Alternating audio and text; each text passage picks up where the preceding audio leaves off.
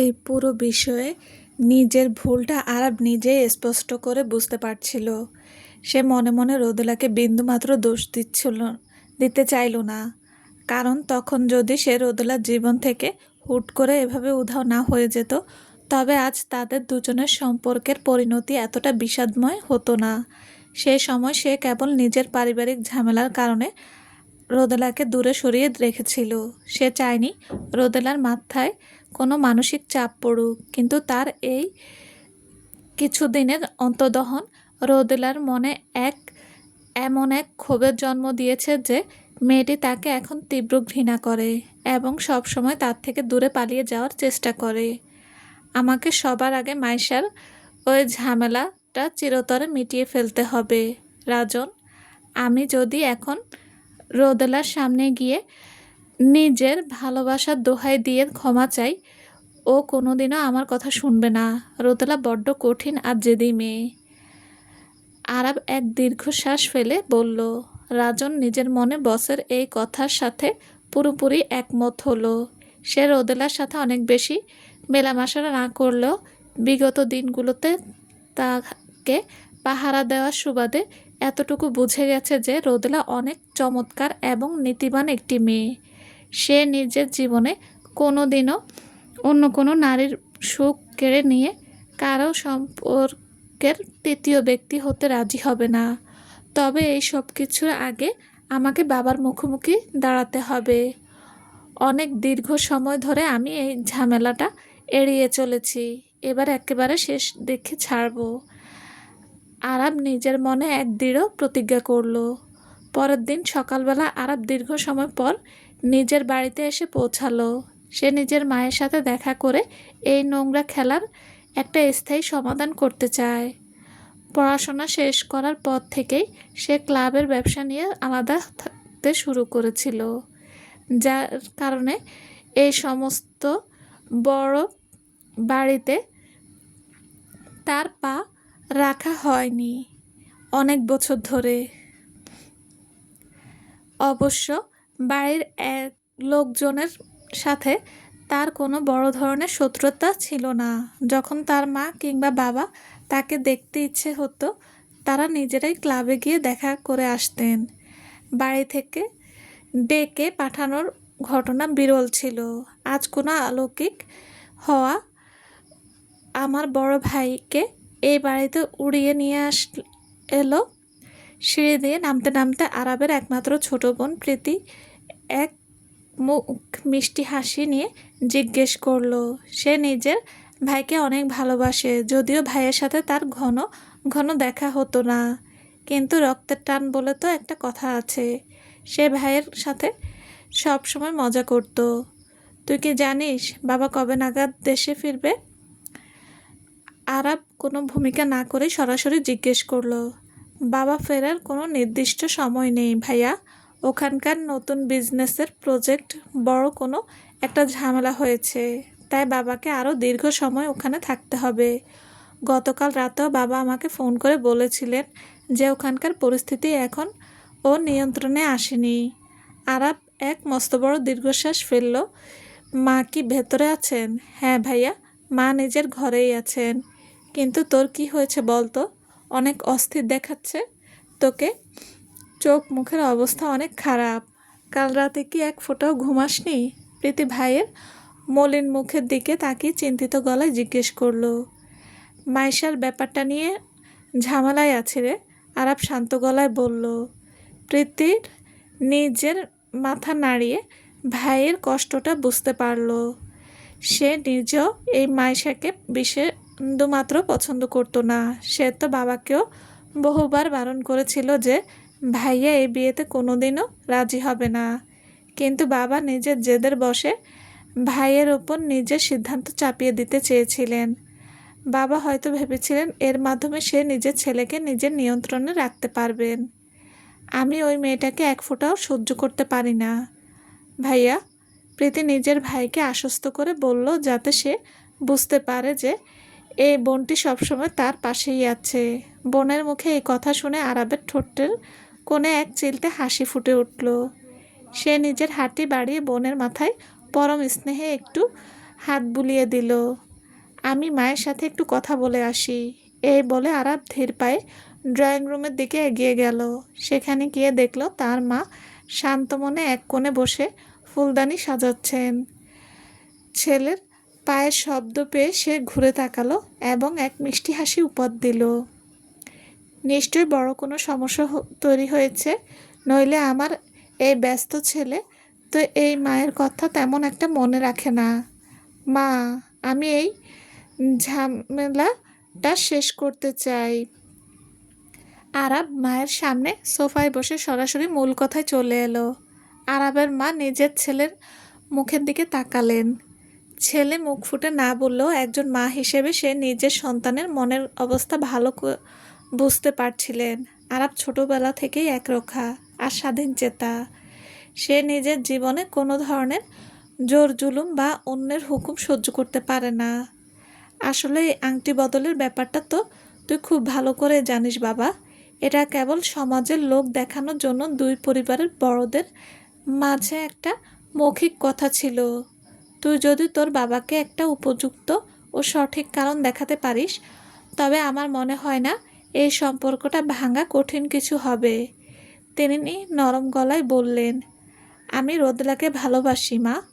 আরাব নিজের মনের আসল সত্যটা মায়ের সামনে এক নিমেষে উগরে দিল। আরাবের মা নিজের ছেলের মুখে এই প্রথম কোনো মেয়ের জন্য এত তীব্র ভালোবাসার কথা শুনে অনেক খুশি হলেন। সে তো ভেবেছিল তার এই গম্ভীর ও শীতল ছেলে বুঝি এই জন্মে কোনোদিন কাউকে ভালোবাসতে পারবে না। আর এই কারণে তার বাবা অনেক চিন্তিত হয়ে মাইশার সাথে এই সম্পর্কের কথা বাড়িয়েছিলেন, যাতে ছেলে একাকিত্বে না ভোগে এবং বংশের ধারা বজায় থাকে। ওই মেয়েটি বুঝি বিশেষ পারভিন বেগম এক কৌতূহলী হাসি হেসে জিজ্ঞেস করলেন। সে মনে মনে আকুল হয়ে উঠলেন সেই মেয়েটিকে দেখার জন্য, যে তার এই পাথরের মতো ছেলেকে এক নিমিষে বদলে দিয়েছে। হ্যাঁ মা, ও আমার জীবনের সব কিছু। তা তুই কি ওকে নিজের ঘরের বউ করে আনার কথা ভাবছিস? তোর বয়স তো আর কম হলো না বাবা। 35 বছর পার হওয়ার আগেই তো তোর কোলে সন্তান চলে আসার উচিত। পারভিন বেগম একটু রসিকতা করে বললেন। মায়ের মুখে বিয়ের কথা শোনা মাত্রই আরাবের মুখটা আবার গম্ভীর হয়ে গেল। এখন তো বিয়ের কথা চিন্তা করাও পাপ। যেখানে রোদেলার মান ভাঙিয়ে তার কাছ থেকে ক্ষমা পাওয়াটাই এখন আকাশের চাঁদ পাওয়ার মতো কঠিন, সেখানে সে কিভাবে বিয়ের কথা ভাববে? সে নিজেই জানে না সে রোদেলাকে কোনোদিন নিজের কাছে ফিরিয়ে আনতে পারবে কি না। মেয়েটি কি এই আংটি বদলের কথা জানতে পেরেছে? আর সেই কারণটি কি তুই এত অস্থির হয়ে ছুটে এসেছিস? হ্যাঁ মা, ও সব জেনে গেছে। আমি যদি নিজের জীবনে কোনোদিন কাউকে বিয়ে করি, তবে সে কেবল রোদেলাই হবে। কিন্তু ও এখন আমাকে ঘৃণা করে, আমার মুখও দেখতে চায় না। আমি এই মাইশার চ্যাপ্টারটা দ্রুত শেষ করতে চাই মা। আপনি কি আমাকে একটু সাহায্য করবেন? আরাব অনেক অসহায় গলায় মায়ের হাতটা চেপে ধরল। তুই তোর বাবাকে সরাসরি ফোন কর। আমাকে যেভাবে সবটা খুলে বললি, ঠিক সেভাবেই তোর বাবাকে নিজের মনের কথা জানিয়ে দে। পারভিন বেগম পরামর্শ দিলেন। কিন্তু সমস্যা তো ওখানেই। আরাব আর তার বাবা আর মাঝে কোনোদিনও শান্ত মাথায় দুটো ভালো কথা হয়নি। পারভিন বেগম নিজের ছেলের মনের এই দ্বন্দ্বটা ভালো করে বুঝতে পারছিলেন। একজন মা হিসেবে সে সাহায্য করতে চাইলেও তার ছেলে এখন বড় হয়েছে। নিজের জীবনের এত বড় একটা সমস্যার সমাধান তাকে নিজের বুদ্ধিতেই করতে হবে। অন্যের হস্তক্ষেপ এখানে হিতে বিপরীত হতে পারে। আরাব, তুই তো কোনোদিন কারো চাপের সামনে মাথা নত করিসনি। আমি তো এটাই ভেবে পাচ্ছি না যে তুই এই মাইশার আংটি বদলের নাটকটা এতদিন ধরে কিভাবে সহ্য করলি। আপনি কি বলতে চাচ্ছেন মা? আরাব কিছুটা অবাক হয়ে জিজ্ঞেস করলো। আমি বলতে চাচ্ছি, একটা পুরুষ যদি কোনো কিছু পাওয়ার জন্য জেদ ধরে, তবে সেই জেদটা একেবারে শেষ পর্যন্ত বজায় রাখা উচিত। রোদেলার মন জয় করার লড়াইয়ে তোকে শক্ত হতে হবে। এত সহজে হাল ছেড়ে দিলে চলবে না। মনে রাখিস বাবা, যে মেয়ে অনেক সহজে ক্ষমা করতে পারে না, তার মনের ভেতরে ভালোবাসার গভীরতাও অনেক বেশি হয়। মায়ের এই অনুপ্রেরণামূলক কথাগুলো আরাবের মনের ভেতরে সুপ্ত বিশ্বাসকে আবার জাগিয়ে তুলল। সে বুঝতে পারল মা তাকে পরোক্ষভাবে লড়াই করার সাহস দিচ্ছেন। বাবা যদি এই সম্পর্কের কারণে আমার সাথে সমস্ত রক্তের সম্পর্ক ছিন্ন করে দেন, আরাব নিজের মনের ভয়ের কথাটি প্রকাশ করল। তোর কি মনে হয়, তোর বাবা ওই মাইশার জন্য তোকে ত্যাগ করবেন? উনি যা করেছেন তা তো কেবল তোর ভালোর জন্যই করেছেন। এখন ওনার ওখানে বিজনেসের অনেক বড় একটা ক্ষতি হয়েছে। তুই যদি এই সময়ে ওনার পাশে দাঁড়িয়ে। আমি বাবার কাছে যাচ্ছি মা।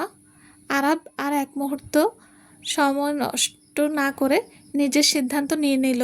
বাবার মতো একজন কঠোর ব্যবসায়ীর সাথে চুক্তি করতে হলে তাকেও বিজনেসে চাল চালতে হবে। আমার আশীর্বাদ সবসময় তোর সাথে আছে বাবা। আমি তাড়াতাড়ি আমার সেই মিষ্টি বৌমাটাকে এই বাড়িতে দেখতে চাই। আমার বয়সী সব বান্ধবীরা তো অলরেডি ঠাকুরমা হয়ে নাতি নাতনি নিয়ে খেলছে, আর আমি প্রতিদিন ঘরে একা বসে নিজের একাকিত্ব কাটাচ্ছি। পারভিন বেগম কিছুটা কৃত্রিম ক্ষোভের সাথে বললেন। মায়ের এই কথাটি আরাবের মনের ভেতর তীরের মতো গিয়ে বিঁধল। আপনি একদম চিন্তা করবেন না মা, আমি তাড়াতাড়ি আপনার ঘর নাতি নাতনিতে ভরিয়ে দেব। আরাব নিজের মনের এক কোণে রোদেলার ছবিটা কল্পনা করে এক তৃপ্তির হাসি হাসল। সে মনে মনে নিশ্চিত ছিল সে নিজের জীবন থাকতেও রোদেলাকে অন্য কারো হতে দেবে না। আজ ও অন্য কোনো দিন গুলোর মতো ওই রোদেলা নিজের ফ্ল্যাটের ব্যালকনিতে চুপচাপ বসে বাইরের আকাশের দিকে তাকিয়েছিল। হোটেল থেকে বেরিয়ে আসার পর অলরেডি 2 দিন পার হয়ে গেছে। সে এই 2 দিন ধরে অনবরত কেঁদে চলেছে। তার চোখের জল যেন এক ফোঁটাও কমছে না। মাঝে মধ্যে সে মগ্ন হয়ে আরাবের সাথে কাটানো সেই মুহূর্তগুলোর কথা ভাবত। আরাবের থেকে আলাদা হওয়ার পর আরাব তাকে একবারের জন্য ফোন করেনি বা অন্য দিনগুলোর মতো জোর করে তার সামনে এসে দাঁড়ায়নি। তার মানে আরাব এবার সত্যি তাকে নিজের জীবন থেকে চিরতরে মুক্তি দিয়েছে। অথচ যখন সে হোটেলের ঘরে বন্দি ছিল, তখন এই মুক্তির জীবনটাকেই তো সে আকুল হয়ে কামনা করত। তবে আজ যখন সে সত্যি মুক্ত, তখন কেন তার বুকের ভেতরটা পাথরের মতো ভারী হয়ে আছে? কেন তার মনটা প্রতি মুহূর্তে আরাবের ছোঁয়ার জন্য বড্ড বেশি ছটফট করছে? সে নিজেই বুঝতে পারছিল না যে তার মনের এই অবর্ণনীয় যন্ত্রণা কবে শেষ হবে। আর মাত্র একটা সপ্তাহ পরে তার ইউনিভার্সিটির ইন্টার্নশিপ শুরু হতে চলেছে। সে যদি নিজের মনে এই অস্থিরতা কাটিয়ে উঠতে না পারে, তবে সে কোনো মানুষের সামনে গিয়ে দাঁড়ানোর মতো মানসিকতার অবস্থায় থাকবে না। তার 2 বান্ধবী তিথি আর অন্তু প্রতিনিয়ত তার ফোনে মেসেজ পাঠিয়ে তার খোঁজখবর নেওয়ার চেষ্টা করছিল, কিন্তু রোদেলা নিজের মনের এই নোংরা যন্ত্রণার কথা তাদের কাউকে খুলে বলতে পারছিল না। তিথি তো এতটাই চিন্তিত হয়ে পড়েছিল যে সে রোদেলার ফ্ল্যাটে এসে তার সাথে থাকার জেদ ধরছিল, কারণ সে ভয় পাচ্ছিল রোদেলা বুঝি একাকিত্বর ঘোরে কোনো ভুল সিদ্ধান্ত নিয়ে না বসে। বান্ধবীদের এই ভালোবাসা দেখে রোদেলার চোখ ভিজে উঠলেও সে এক মুহূর্ত কারো সামনে নিজেকে দুর্বলতা প্রকাশ করতে চাইল না। সে একলা বসে নিজের এই ভাঙা মনটাকে একটুখানি জোড়া লাগানোর চেষ্টা করতে চাইল। তার মাথার ভেতরের সমস্ত চিন্তা ঘুরে ফিরে কেবল ওই একটা পুরুষের উপর গিয়েই থমকে যাচ্ছিল। সে শত চেষ্টা করেও আরাবের সেই চেনা মুখটা নিজের মন থেকে মুছে ফেলতে পারছিল না। ভালোবাসা মানুষকে এতটা নিঃস্ব আর রক্তাক্ত করতে পারে তা সে আগে কোনোদিন ভাবতে পারেনি। সে নিজের মনে নিজেই প্রশ্ন করছিল সে এমন কি অপরাধ করেছিল যার জন্য আরাব তার সাথে এত বড় প্রতারণা করলো। কেন সে নিজের বাগদত্তার কথা রোদেলার কাছ থেকে লুকিয়ে রাখলো?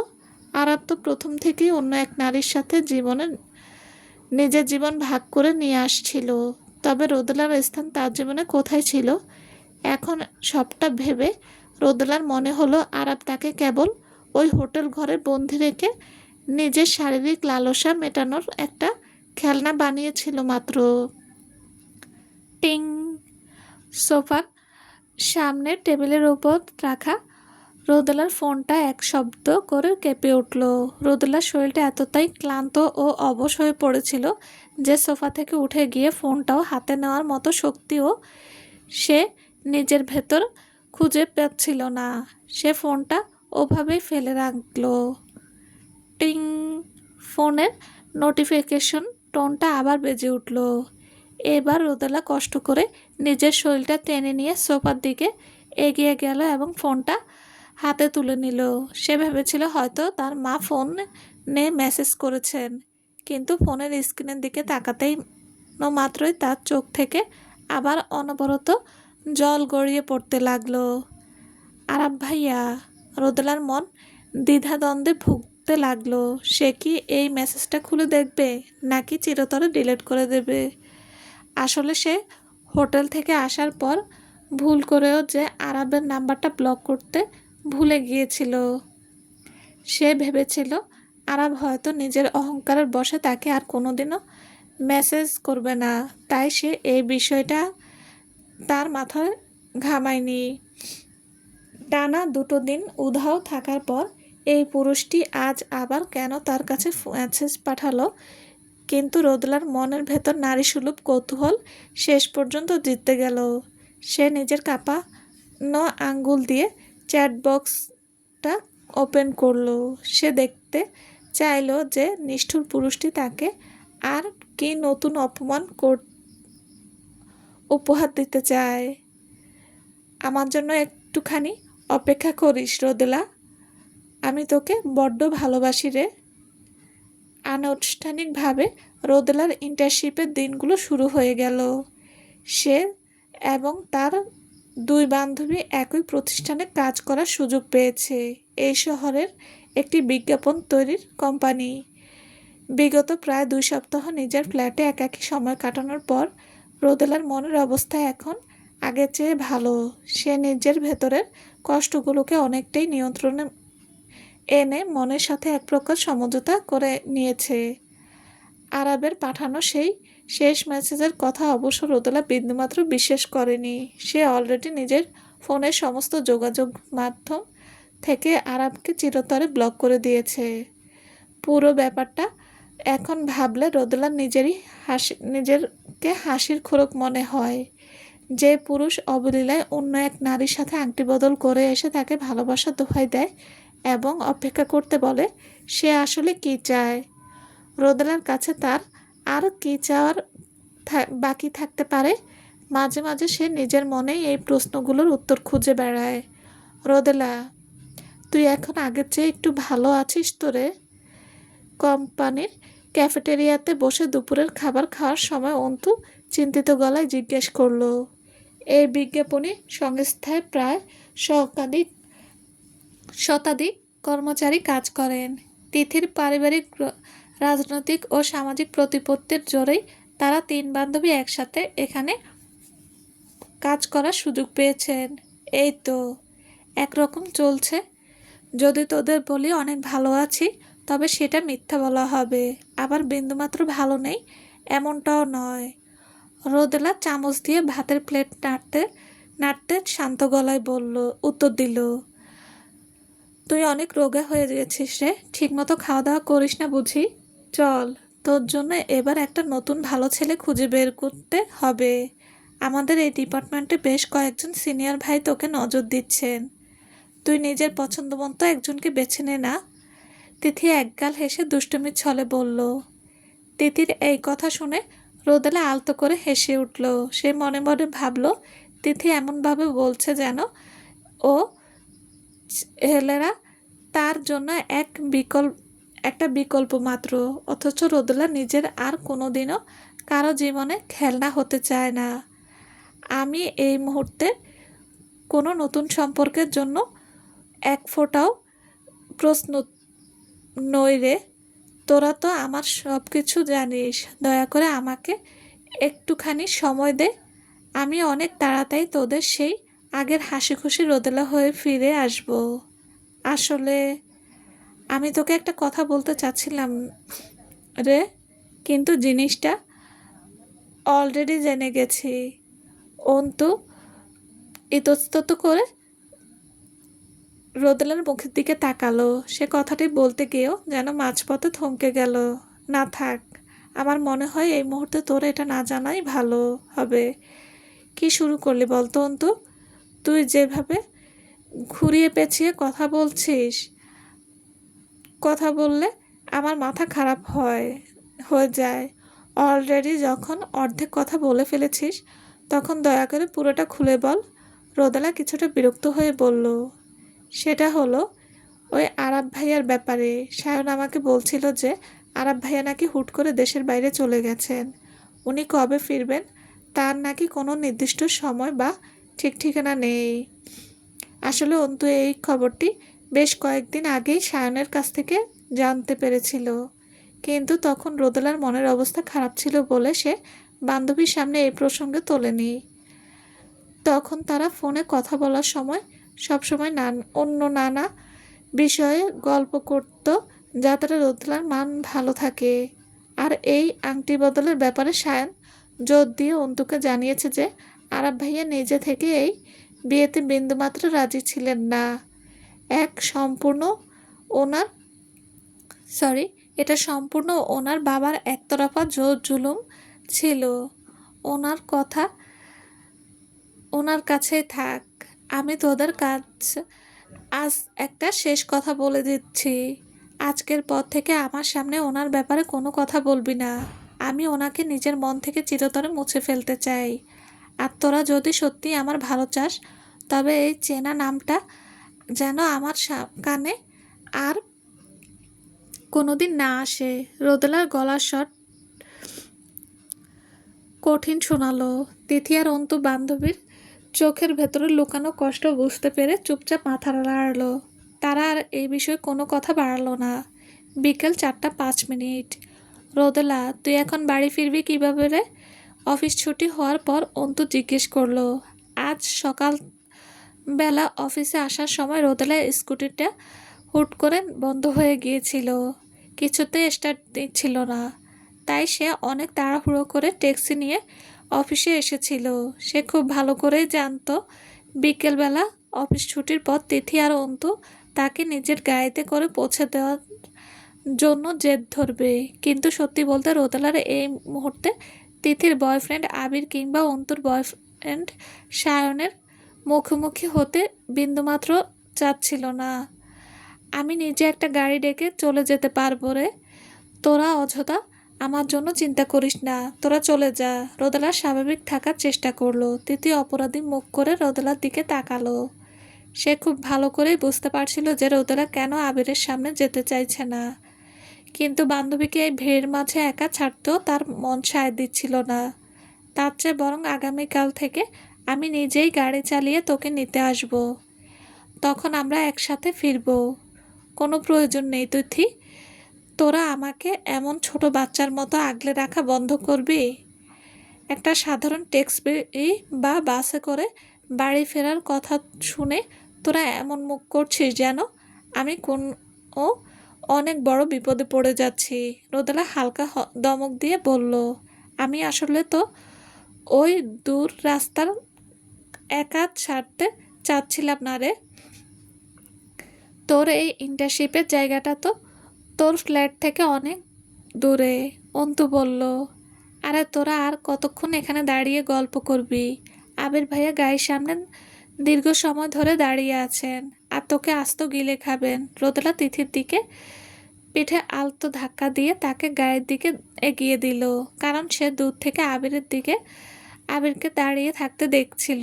ঠিক আছে, আমরা যাচ্ছি, তুই ফ্ল্যাটে পৌঁছে কিন্তু সবার আগে আমাকে একটা ফোন করবি। তিথি হাত নেড়ে গাড়িতে গিয়ে বসলো।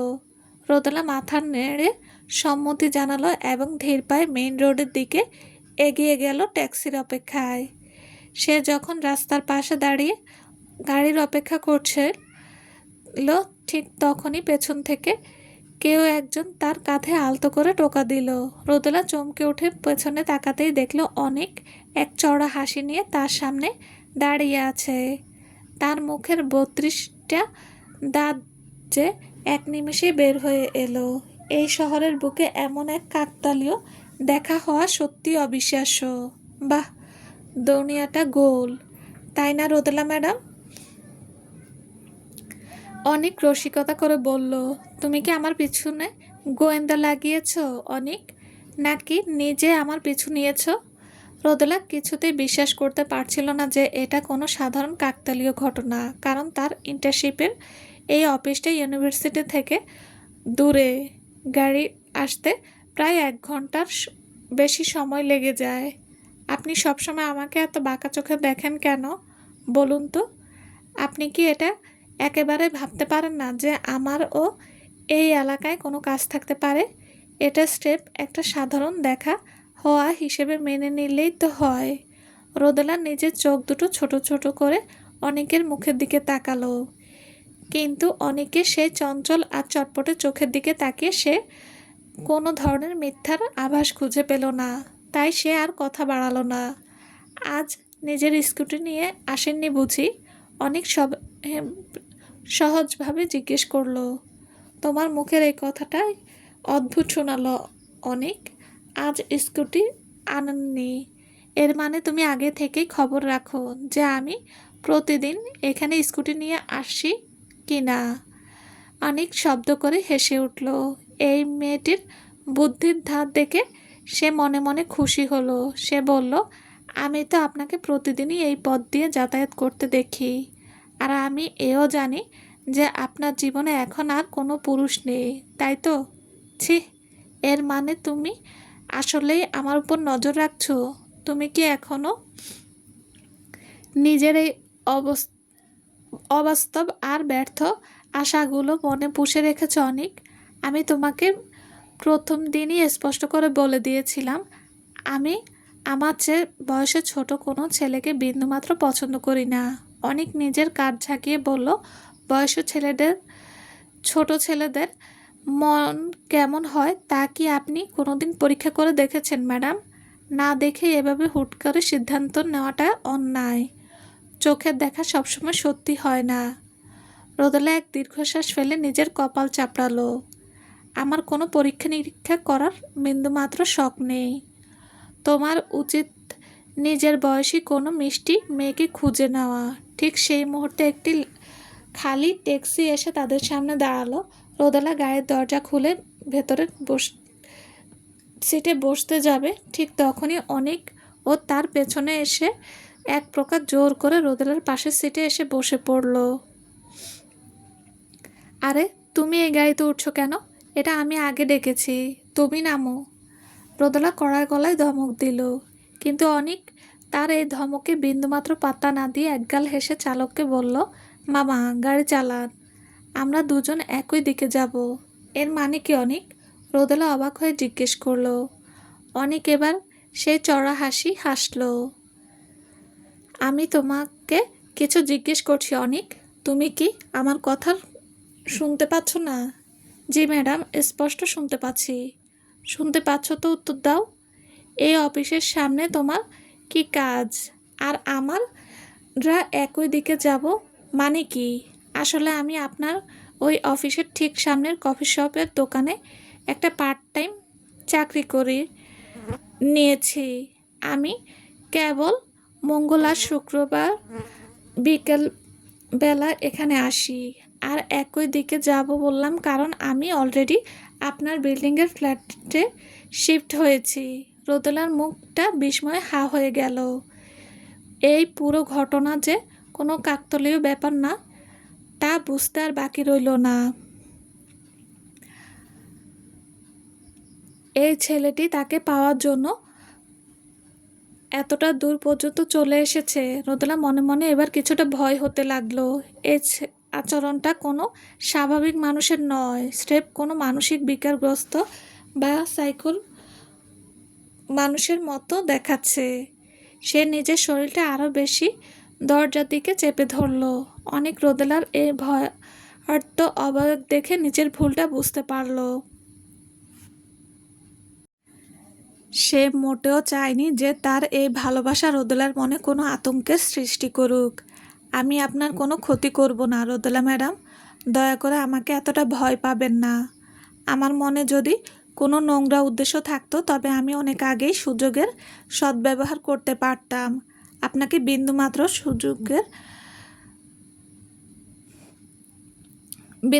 স্পর্শ করার কোনো ইচ্ছা আমার নেই, অনেক নরম গলায় বলল।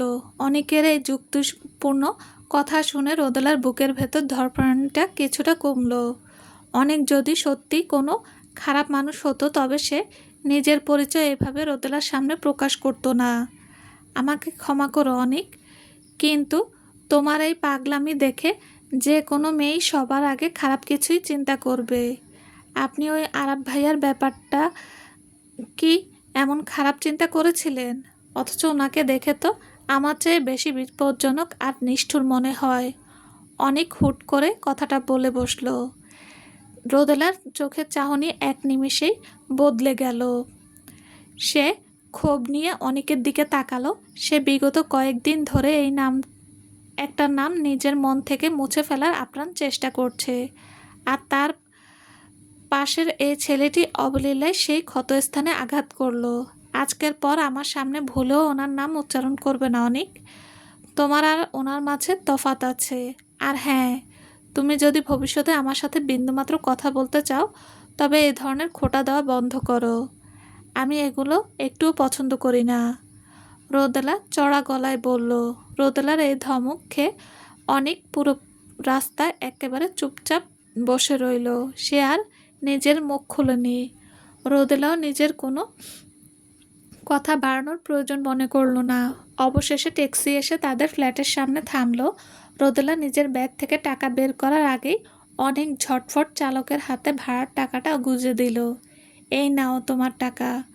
রোদেলা নিজের পার্স থেকে নোট বের করে অনেকের দিকে বাড়িয়ে দিল, কিন্তু অনেক সেই টাকা নিতে অস্বীকার করল।